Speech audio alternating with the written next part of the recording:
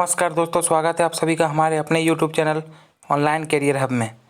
जैसा कि दोस्तों हम लोग मिडिएवल इंडिया को पूरे अच्छे से कवर कर रहे हैं और हम लोग इसका ऑलरेडी 2 वीडियो बना चुके हैं, जिसमें फर्स्ट वीडियो में हम लोग मोहम्मद बिन कासिम के बारे में बताए थे और दूसरे वीडियो में मोहम्मद गौरी के बारे में। चलिए आज स्टार्ट करते हैं दिल्ली सल्तनत के बारे में।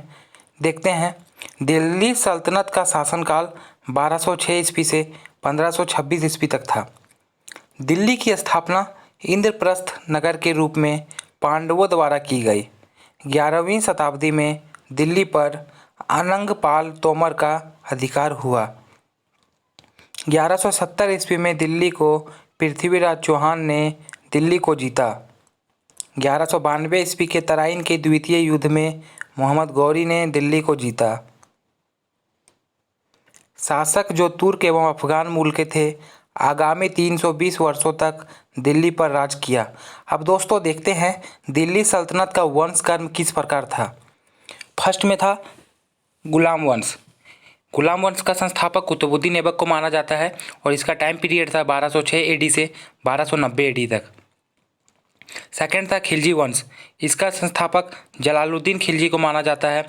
इसका पीरियड था 1290 से 1320 एडी तक। सबसे कम समय तक शासन किया गया खिलजी वंश में।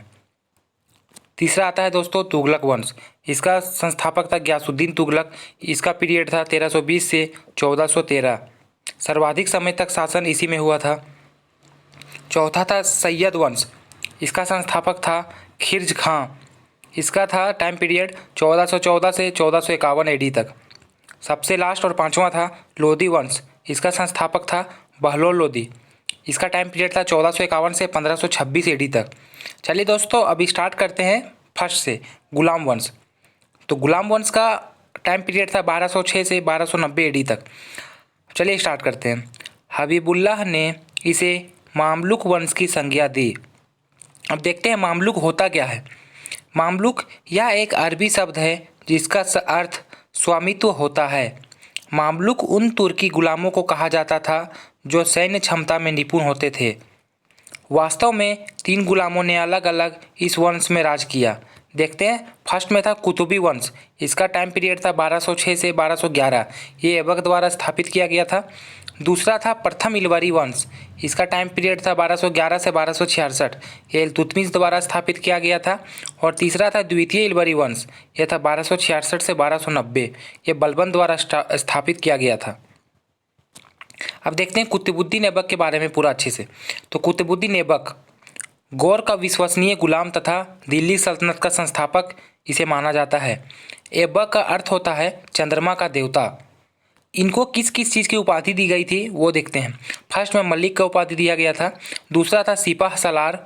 तीसरा था कुरान ख्वां। चौथा था लाख बख्श और पांचवा था पील बख्श।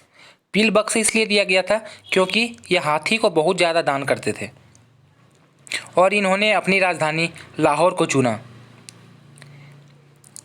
ऐबक ने एक पुत्री का विवाह इल्तुतमिश तथा एक पुत्री का विवाह ताजुद्दीन यल्दौज के साथ किया। गौरी ने ऐबक को अमीर आखुर शाही घुड़साल के पद पर नियुक्त किया। ये क्वेश्चन बराबर पूछता है कि गौरी ने ऐबक को किस पद पर नियुक्त किया था। तो याद रखिएगा दोस्तों, अमीर आखुर।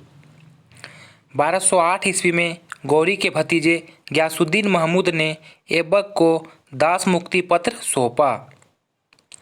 ऐबक ने सूफी संत बख्तियार काकी की याद में कुतुब मीनार का निर्माण प्रारंभ करवाया। ऐबक ने सूफी संत बख्तियार काकी की याद में कुतुब मीनार का निर्माण करवाया। अब देखते हैं ऐबक द्वारा निर्मित 2 मस्जिदें कौन कौन सी थी। फर्स्ट था कुव्वत उल इस्लाम मस्जिद। इनका निर्माण 1197 में निर्मित हुआ था। भारत की प्रथम तुर्क मस्जिद इसे माना गया था और ये दिल्ली में स्थापित थी। दूसरा था अढ़ाई दिन का झोपड़ा। यह अजमेर में है। अब देखते हैं इसकी मृत्यु कब हुई थी। 1210 ईस्वी में चौगान खेलते समय ऐबक की लाहौर में मृत्यु हो गई।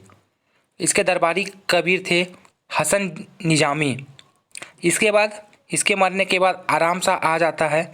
केवल कुछ ही विद्वानों ने इसे ऐबक का पुत्र माना था। वैसे तो आराम शाह को कुछ ही विद्वानों ने पुत्र इनका ऐबक का पुत्र माना था। दिल्ली के तुर्क सरदारों ने बदायूं के अहदेदार इल्तुतमिश को इसके खिलाफ निमंत्रण भेजा। दिल्ली के निकट जड़ नामक स्थान पर इल्तुतमिश ने आराम शाह की हत्या कर दी। थैंक यू दोस्तों। अगर दोस्तों वीडियो अच्छा लगे तो हमारे यूट्यूब चैनल को लाइक करें, शेयर करें और सब्सक्राइब करें। थैंक यू दोस्तों। आज इतना ही, मिलते हैं अपने नेक्स्ट वीडियो।